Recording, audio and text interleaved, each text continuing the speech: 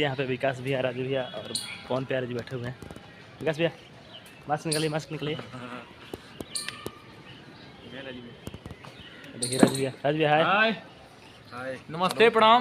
हमारी विकास राव क्यों बहुत नहीं चुकल बनीसन बनारस में। अब शूट पे आ गई बनीसन तो बहुत जल्द जी हेलो दोस्तों, नमस्ते प्रणाम, जय भीम दोस्तों। आप देख रहे हैं मिस्टर माही अमन स्टेटस वीडियो। दोस्तों बता दें कि चमरान स्टार बड़े भैया विकास राव जी पहुंच चुके हैं बनारस में वीडियो शूटिंग के लिए। दोस्तों बता दें कि ये वीडियो वहां बनारस का है। दोस्तों चलिए इस वीडियो को आप लोग देखिए। फोन बाजे रिंगटोन जाग जाई मम्मी।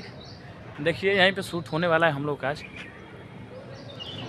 देख सकते हैं कितना प्यारा जगह है, अच्छा लग रहा है देखने में। दोस्तों ये वीडियो देख के लिए आप लोग तो बता दें कि ये वीडियो बनारस में सेटअप का है, जो कि वहाँ पर वीडियो शूटिंग चलेगा। दोस्तों ये पार्क है जो कि बहुत ज़्यादा मस्त पार्क है। दोस्तों बड़े भैया विकास राव वीडियो में आकर अपने बताए थे, पूरा घुमाए थे भी।